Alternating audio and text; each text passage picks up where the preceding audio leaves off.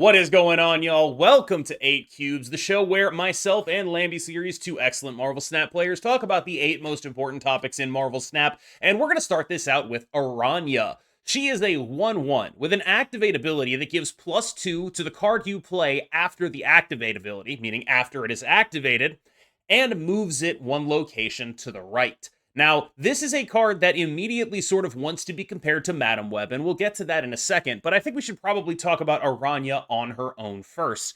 Lamby, what is your impression of Araña's baseline power level? Right, so Arana is one of those cards whereby, like, I always say about this, like, every class needs, like, a one-cost activator for their class, right? Like, can you imagine if Destroy got, like, a one-cost Carnage or something like that? This is, like, Yeah. the one-cost version of the move deck. Well, what this does is that it's not just that, like, when you play it, what's that called? It's not like you play it and then you have to activate the effect. You play this card and you can trigger it on anything you want it to trigger on because of the word activate, right? You can choose and time it when you want to play your like multiple man or tortures and move them and get them the extra power and stuff like that. So I feel like this card, because it's so cheap and you have the flexibility to activate it whenever you want to activate it, will definitely propel the move archetype in like a very powerful and strong direction. Of course, with Madam Web, I realized that like that card was a bit underwhelming because I feel like it might have required a bit too much setup. But with Arana, I feel like this whole setup becomes superbly and supremely easier. One of the things that really sticks out to me about Araña is that a lot of people looked at Madam Web and said, this is why Taskmaster got nerfed. I think it is Mm. probably the combination of those two cards. When you look at how this card interacts with Human Torch, right? So just playing Araña on turn 1, Madam Web on turn 2, activate Human Torch into the Madam Web lane on turn 3. You have an 8 power Human Torch. You move it out, you go Spider it back to the Madam Web lane on turn 4. You move it out, you play Falcon. It's 32 power, and if you were able to do that with Beast, suddenly you have Ghost Spider, Human Torch, 64 power, Taskmaster it, right? That now requires so much more work with Taskmaster at 6. When I look at this card, I see this is the card that got Taskmaster nerfed. And I think on the whole, that's Yep. probably a good thing. Because when I see Madam Web, she is not doing combo stuff. She is doing like a utility role in clog decks or a Heimdall style move deck. And I think that's exactly what she should be doing. And so my worry for Araña is she boosts those decks, but not enough to get out of the fundamental issue where they are still just face-up numbers decks due to being Heimdall decks, and due to the fact that you can't really be a Living Tribunal deck, you can't really be a Taskmaster deck unless you have this perfect setup. The card just sucks. And so you end up having to do weirder and more awkward things. Madam Web has been best without Human Torch so far. Will Araña make it so that changes? I'm really interested to know.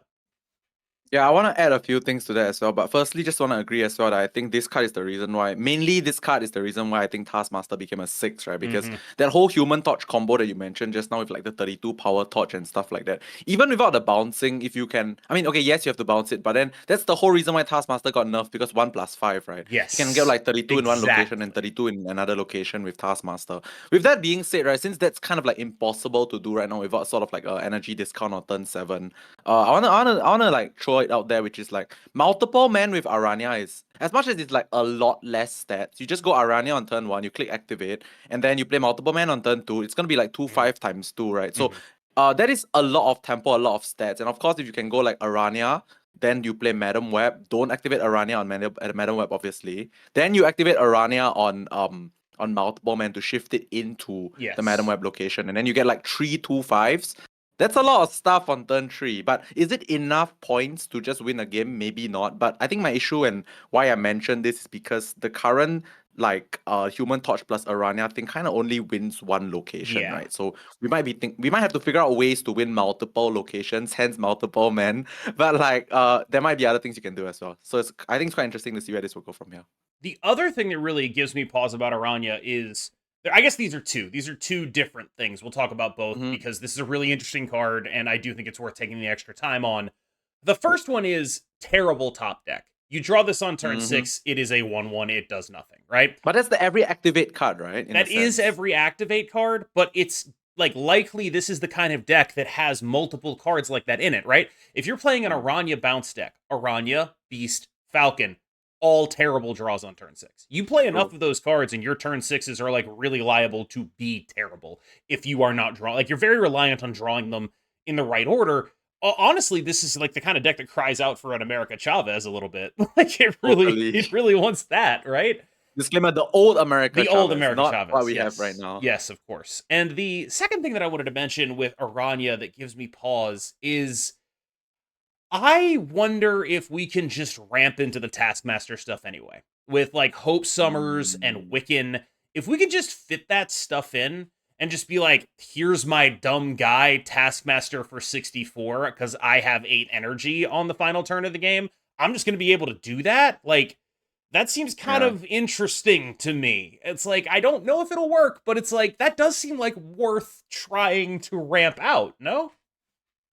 Okay, think of it from a stats deck perspective, right? Like, Mm-hmm. so this card is actually, if you pair this with like the turn 1 this, turn 2 multiple man, it's technically, this card is technically like a 1/5, right? Because it's +2/+2 on both multiple mans. So you go this, then you go multiple man, and you play Hope Summers, then you play Wiccan. It's like that super small Oh, stats God, that is awful. package that have no it doesn't have a single combo except 1/2 multiple Yeah. man. Yeah. But that's like what, 11 stats on turn 2 Yeah, in a 11 stats deck, you stats know? into ramp and bigger Yeah. guys. Yeah, no, like I'm not saying this is like absolutely going to happen, but Mm. the combination of this card and Madam Web, like this acts like a multiplicative force on Madam Web rather than an additional force. Speaking of Madam Web, where did she land for you as a card on her own, Oh. and then as a card in the context of this card coming out? Because I know people are going to be like, this is one that really bothers me because it's like I can see the comments now that are like, KM, I didn't get Madam Web, but I got Araña, and now I can't play any of the good Araña decks. Why didn't someone tell me to get Madam Web if I wanted to do that?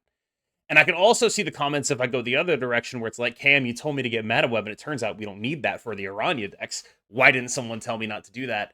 What do you think about where this card will land, about where the archetype will land, and about what people should do with their hard-earned collector's caches?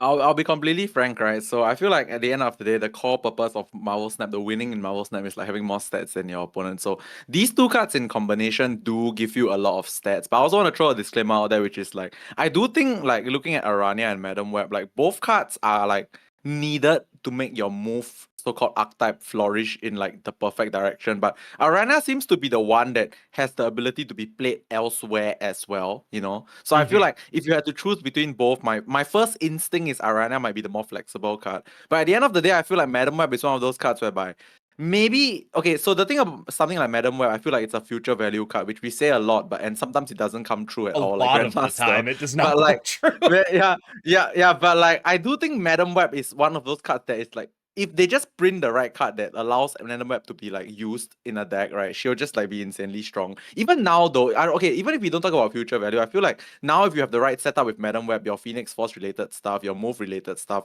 will also be a very strong and unbeatable force. So the problem with the card is that it requires setup. Like in the previous video, I mentioned something along the lines of like Marvel Boy enabling the whole of Zoo, right? This card does enable like that move thing that we are talking about. But the problem is it doesn't just enable it at ease, you know, you kind of have to set up for it. So at the end of the day, I don't think this card will be as like it won't be played as much and it won't be as popular as something like Marvel Boy and Zoo because that is easy to utilize. This one is like you gotta build up to it, and I don't even think anyone has come up with that perfect 12 for something with Madam Web yet. Maybe with Araña you will get your perfect 12, but currently everything looks a bit lackluster to me when it comes to Madam Web. But I do think that card will scale the move archetype like super strong, like in a very, very strong direction, especially with Araña coming out as well. Here's the thing. You said lackluster, and I don't even think that's true. I agree there's a long way to go with Madam Web. We haven't found the Yes. perfect I agree with that. But when you look at like the Lockjaw Janejaw decks that are using her to move their big threats around, very scary, especially if you like get her out of a Lockjaw, but even someone who just like moves a big card like a Thor or a Beta Ray Bill to another location, that's a very surprising, very scary play. It's a hard thing to deal with. You have the deck that I did a video on, which I called the Drink. They call him the what? And that is a deck that is using her in a Clog Shell combined with a couple of the move cards, but mostly a Clog Shell. There are decks using her in Annihilus shells where she is like the mid-range package of like her and the other move cards is being played instead of the points package of like Thena and Angela because it has a much higher ceiling. And so there's some real I think I would probably pick her up if I had to make the decision right now. I think that good things have been happening with her. I think that especially better players are going to get a lot more use out of her. She's like the kind of For card that sure. I feel like really good players just sort of fall in love with and start playing in whatever because they're so good at using her abilities. And so to some degree, if you're just like a guy who just like kind of casually plays Marvel Snap, maybe Araña is a better choice because at least that one goes in your destroy deck, right? Like if you're a destroy bro, Araña can replace Hulkbuster, right? But there is Yes. something to be said about like I have seen a lot of like my high level friends be like, I really I just play Madam Web and a bunch of stuff right now. And I don't think we've gotten to the end of her, unfortunately. There's just Yeah, I a lot. Yeah, the thing is, what you mentioned about Madam Web at regarding the higher level players is quite interesting because this card is just generally something that's higher skill cap because where you move your things or where you do not move your things ends up probably winning you the game, right? This is like a 2-1 that enables you to vision quote unquote any other card as well, Mm-hmm. right? You get to shift it whenever. So I feel like that opens up like a lot more player agency outside of like the move shell itself. I also do think that to be able to play Madam Web in like random non-combo related decks, you kind of have to feel okay about playing a 2-1 on turn You 2. do. As in like your deck must be able to support being like sort of tempo loss or like stats loss on turn 2, because a 2-1 on turn 2 is not fantastic. But I guess if your deck outputs a ton of points later on, Well, then I guess it's fine to play a yeah, I mean 2-1 on like turn 2. it usually comes with like Ghost Rider, Ghost Spider, Doctor Mm, Strange, Vulture, Dagger. So it like kind of makes up those points on the back end if you draw those yeah. cards. And I really have been generally impressed with that package. Like we said, it's possible that Araña just forces us all to play like pure move or just forces Human Torch into those Mm-hmm. decks. But like right now, the small package Madam Web decks are like Ghost Spider, Ghost Spider, Madam Web, Dagger, and Vulture, and then like maybe one other move card, basically. And that is enough to get like legitimate points out of her because of the drastic scaling the move cards get whenever they hit anything. Like you get 6 off of a Vulture, you get multiple off of a Dagger. It's a strong thing to do. Speaking of strong things to do, Scarlet Spider is a 4/5 with an activate that makes another 4/5 at a different location. Very baseline strong card, just straight up a 410. They're making a 410 across 2 locations, which usually, to be clear, makes a card better, not worse. Claw, if he were a 512, would be worse than Claw at the multiple locations thing that he has. Mm-hmm. Now, you can't aim Scarlet Spider the same way you can Claw unless you fill up locations. And there is some downside to being a Claw, like a card that takes up multiple spots on your board. But at baseline, does this not look like one of the stronger 4 drops we've ever seen? Yeah, honestly, when I saw this card, I was just like you say, right?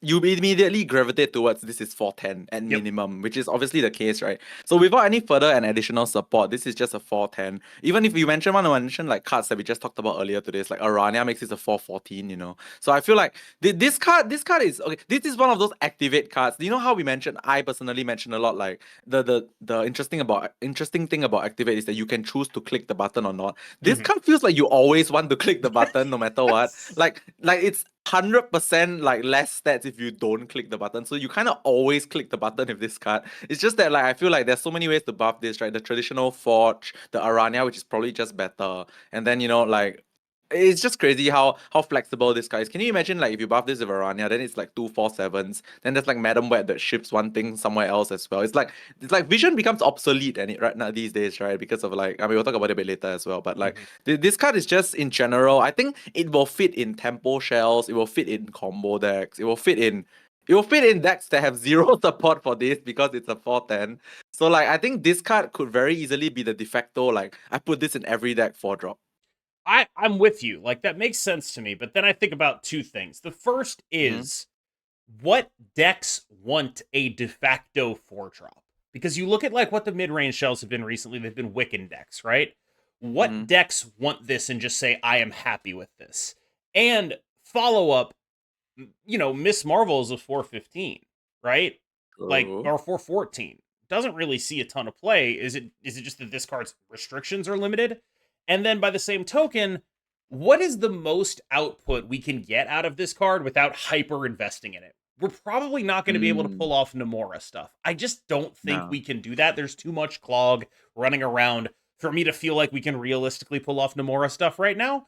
There's too many Cosmos, there's too many White Widows, there's too many Vipers. I don't feel like we can reasonably do that, but what's like the small investment we can do? Are we going to play this in like an Elsa Bloodstone deck? The interesting thing is there are a bunch of Elsa Bloodstone decks running around right now, but a lot of them lean heavily on US Agent, and this card is really bad if you want to play US Agent because it goes in multiple lanes and gets hit by US Agent.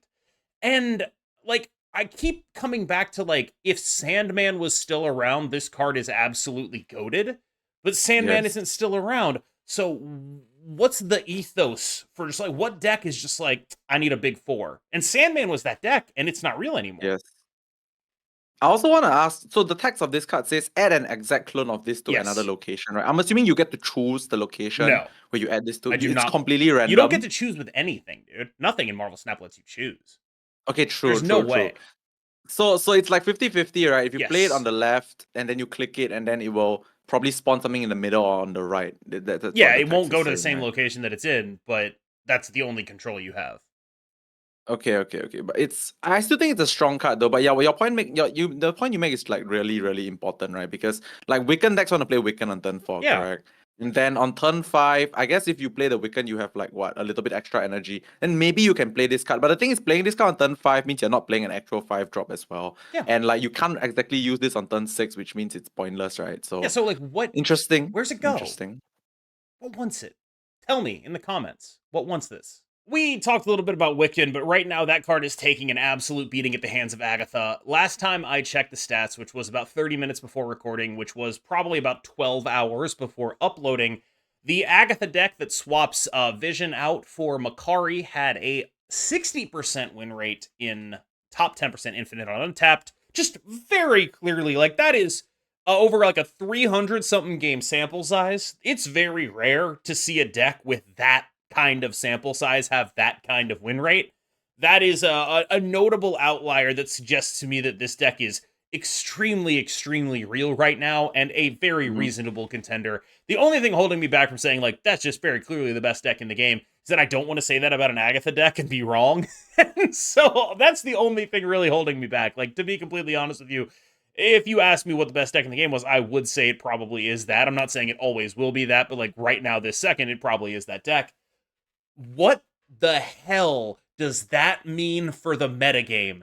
That you can just literally play 3-5 into 18 power, into Black Bolt, into, Stature Claw. Like, the deck plays like a flowchart, dude. It's gotta be that, like, part of the reason that win rate is so high is probably because it's the easiest deck to play that has ever existed. This is, like, one of the things that I really resist doing in my videos, and I know other creators do this, and I don't mean to dog on them, is I don't give you turn-by-turn guides, because things are so contextual in Marvel Snap. There's so many decisions. With this deck.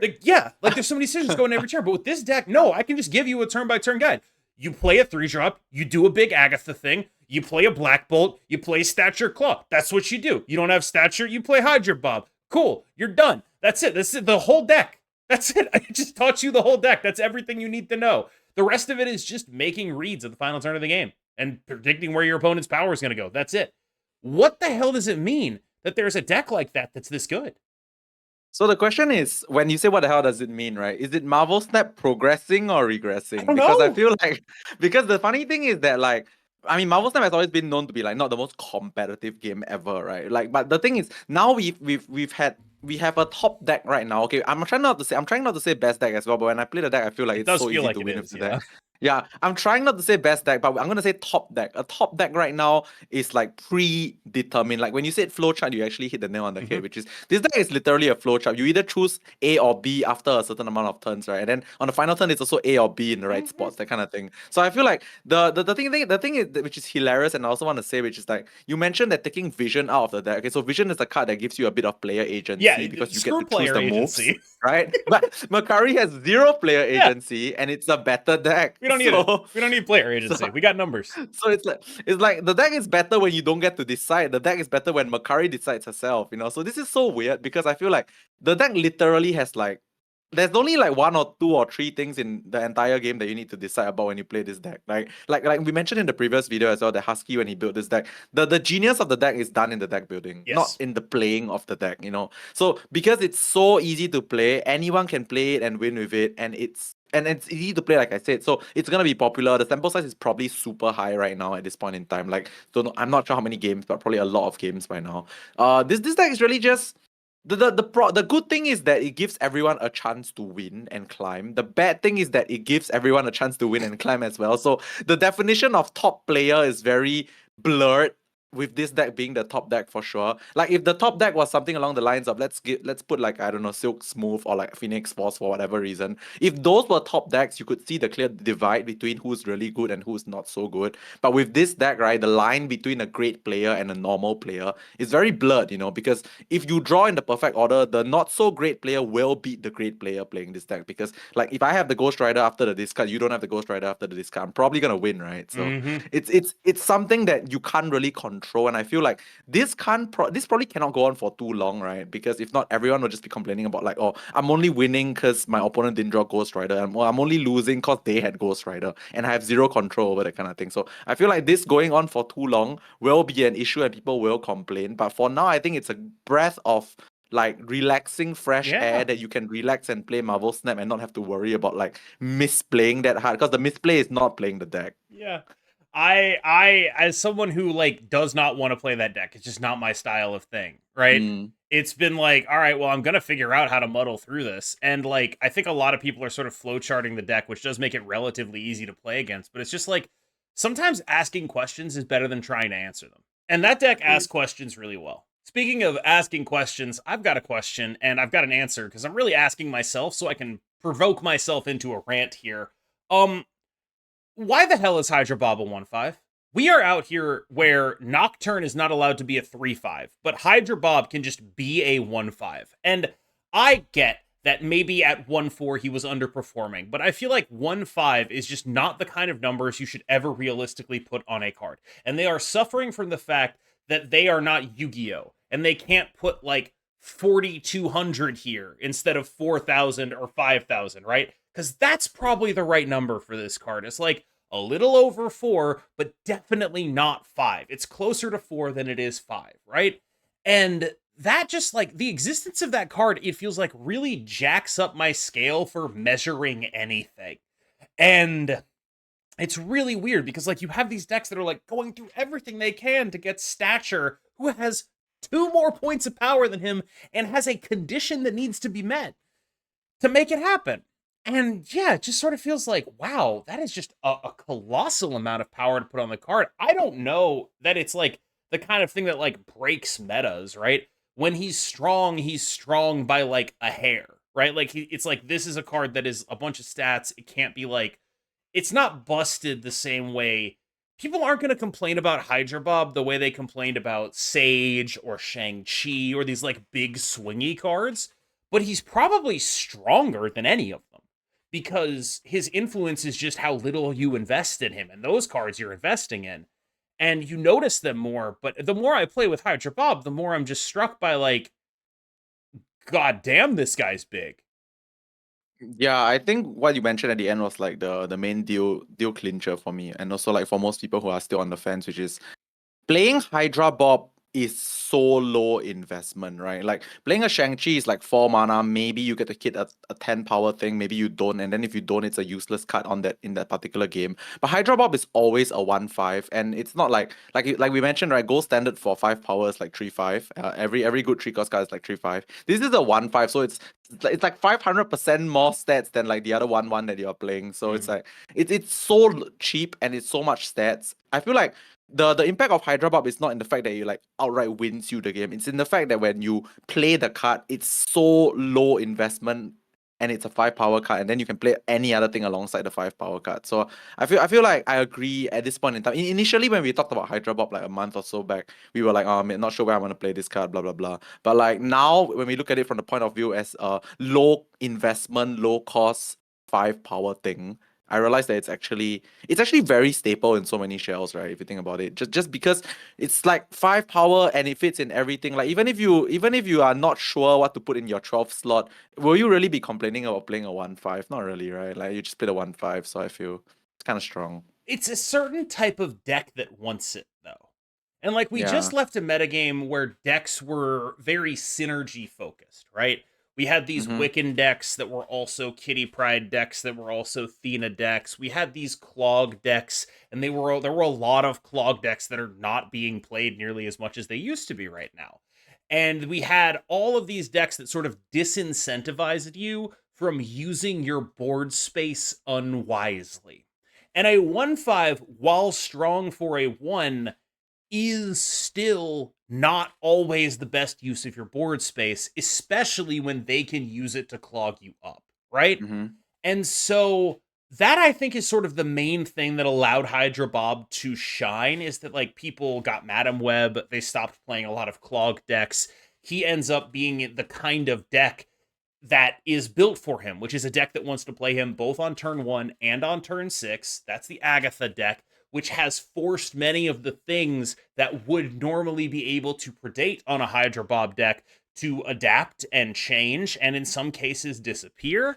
And I think we went from a meta where board space was at a premium. There were so many decks attacking your board space to a meta where that just isn't happening right now, partially because people are playing the Agatha deck and partially because people are trying to beat the Agatha deck, right? No one's really doing that, and so Hydra Bob is able to just thrive and show up everywhere. And I do think before we like go out and tell everyone to buy Hydra Bob, it is worth noting that I think that is why he is able to succeed right now and why there is no guarantee that he will always be able to do that.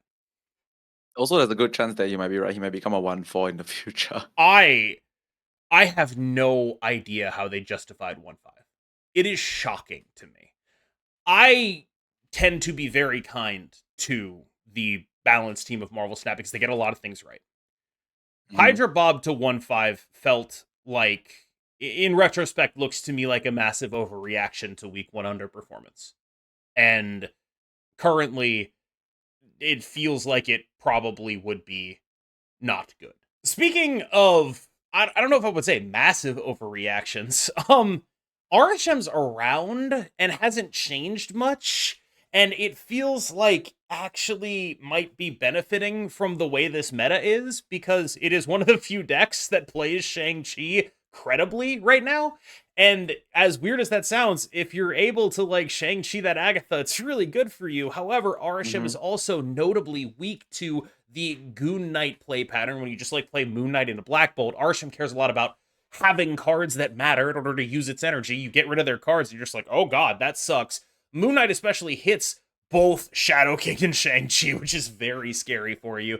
So it's like this is a deck that can credibly play the stuff that would be able to make it a good matchup into Agatha. Just like make points, do things, but it is so genuinely weak to Moon Knight Black Bolt that it's in an odd spot.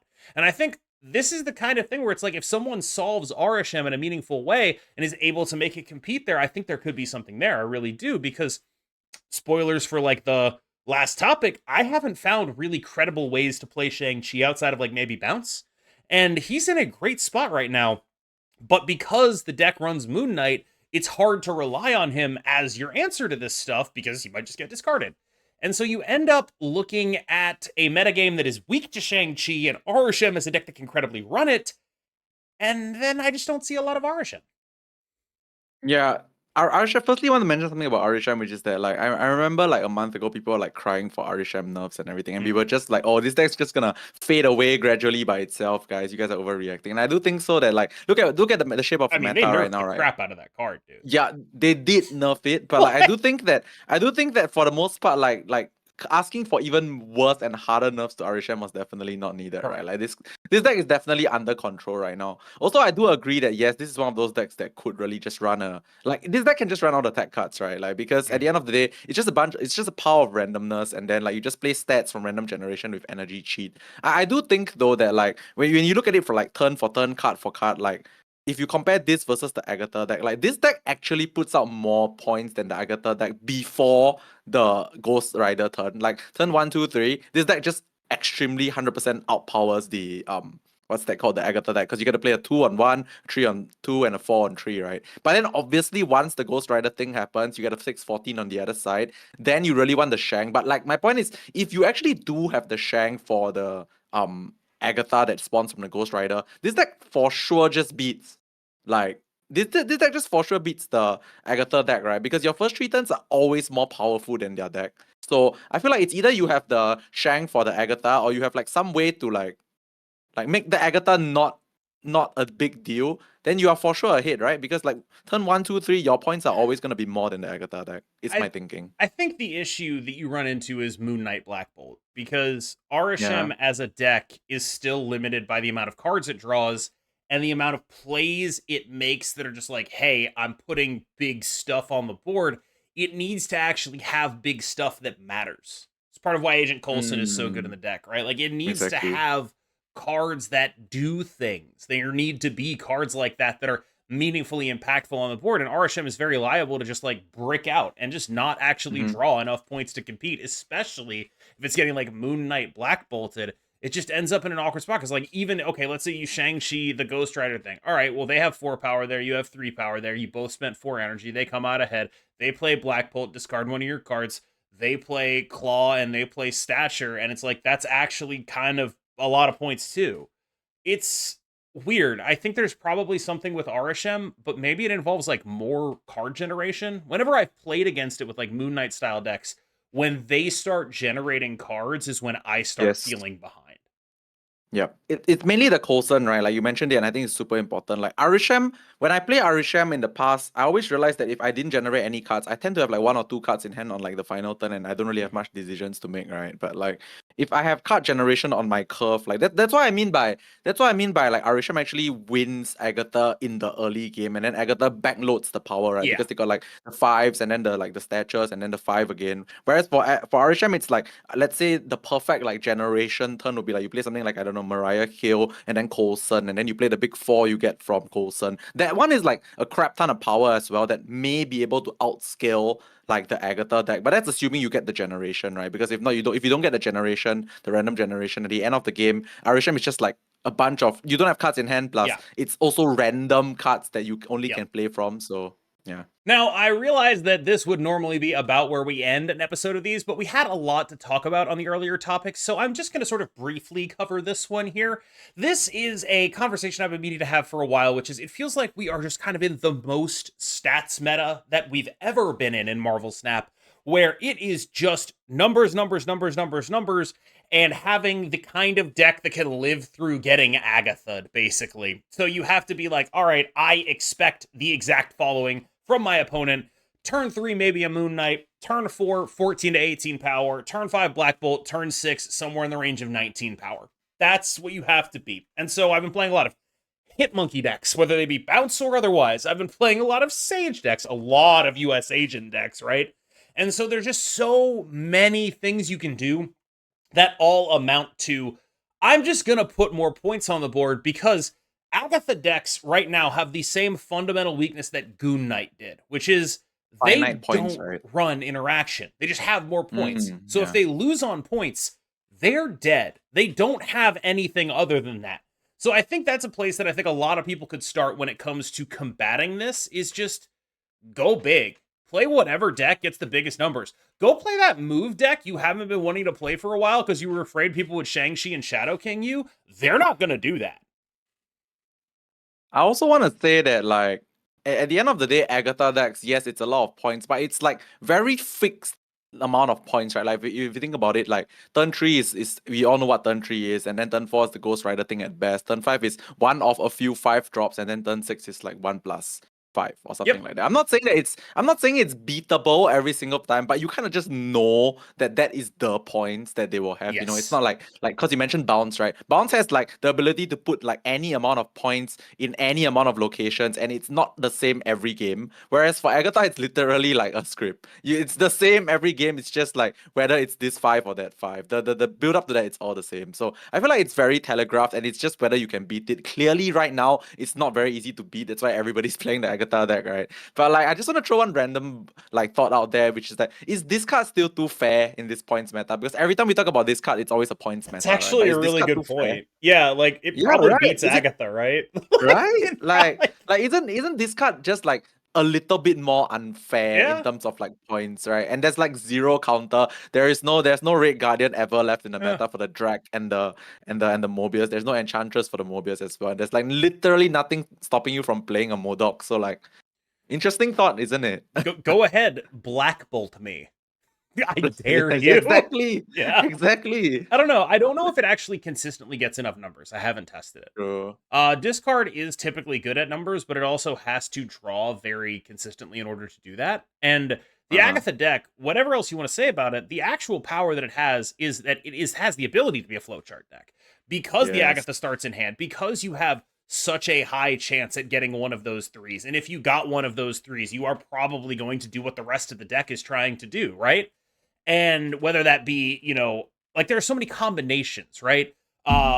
Lady Sif into Ghost Rider, Moon Knight into the 50-50 on the Ghost Rider, Black Knight into either Sif or Moon Knight will get you the power. Wave on her own will get you the Agatha out because she just starts in your hand, right? And so it's like almost all of the time you are going to be able to do the thing, and then the entire rest of your deck is just the other cards you play. Like, you're not going to not have a 5-drop on turn 5. It's just not going to happen. You can't do that mathematically. Like, you can't do it. Yeah, you can. And so you end up with a deck that just does what it wants all the time, where discard does what it wants some of the time. Finally, I have one question. If we're in a stats meta, where the hell is Shang-Chi?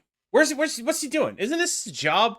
Where'd this guy go? Who let him off work? We need him back. Why is he not working right now? So I have this it's an interesting thought. Okay, so with the Agatha deck, you almost always see a 614 on turn 4, right? Yeah. Which means your Shang-Chi can be curved. You can Shang-Chi on turn 4 or 5, and you almost always get a target. Because I think one thing Shang-Chi used to have, which is the problem, is that you had to hold a card and hope that they play the thing. Mhm. But then the thing is, now it's always going to be a 14 power thing on turn 4, right? Almost every single time. So yes, you always get the Shang-Chi target. But so the question is, so if I always get my Shang-Chi target, like, do I still win? Because after I shank the thing, I play a 4-3 to kill a 614 for free, by the way. Mhm. The 614 is free. They actually invested 0 energy into the 614. I think that is why the Shang-Chi is not super effective, because like the 614 is free, you spend 4 real mana to kill it, and then like there's still other things that are happening, right? There's the 5, and then the 5+1 on the final turn, not to mention the 3/5 on turn 3 that's already like bigger than the Shang, and the Shang kills the thing that comes out that is free to begin with. So like I feel like that's the main reason why Shang isn't really doing too much, especially versus the Agatha deck, because the thing you're killing is free, right? Everything else, like, it's already bigger than the Shang. That's what I think. I think it's even more than that. Because not Okay. only is everything you said true, you also sometimes randomly get Moon Knighted, or they That's play true. the Ebony Blade instead. And it's like, Ah. they have multiple ways of beating the card that is supposed to beat this. And they don't always do it. Like, Shang-Chi is still a great card in that matchup. You're playing what is effectively a 417. It's still amazing to do that almost all the time. But you almost end up looking at it like, well, wait a minute. I could just play US Agent. US Yeah. Agent on a Ghost Rider lane is a 211. Would I rather play a 417 or a 211? I actually probably think you'd probably rather play the 211. What if they also put a claw in that lane? Suddenly it's a 215. And that's why like so many of the decks are opting for like, I'm just going to put numbers on the board instead of being only a Shang deck, right? Agreed. And I think that's part of why when we ask about like where's Shang, that's kind of what comes into it, because a lot of decks are just like, I would rather play US Agent right now, because not only is it good into that lane, it's also good into the other lanes. US Agent is a great card against someone playing 5/7s, right? It just literally, actually literally matches a 5/7 for 2 energy. Exactly. Yeah, I just want to add one last thing, which is that I feel like the main reason, like I mentioned earlier, is that because Shang is not like free, you need to spend 5 mana to play the card. And I feel like obviously it's a good thing that there's 4 mana. Yes, 4 mana. Sorry. Oh my god. Everyone comment that he's washed. 4 mana to play a Shang, but yeah, the fact that you actually have to spend real mana to play the Shang when the Agatha is free, I think that's really everything, And the deck, by the way, is like a bunch of 5/8s, 5/7s, 1/6s, 1/5s, 3/5s. Like that's so much points that the Shang does like nothing against anyway. All right, y'all. Thank you so much for making it to the end of the video. I have been KM Best. He has been Lamby series. I successfully pointed roughly the correct direction, and he is about to take us out. Let's go. Thank you so much, guys, for being here. Like, comment, subscribe. Especially ask us if you have any opinions on like Agatha. Let us know what you think about Agatha, guys. I personally think it's it's a bit hilarious right now, It's but hilarious, but it's as also like, yeah, it's that's a little hilarious. too But good. yeah. All right, take care, guys. See you guys real soon. Bye bye.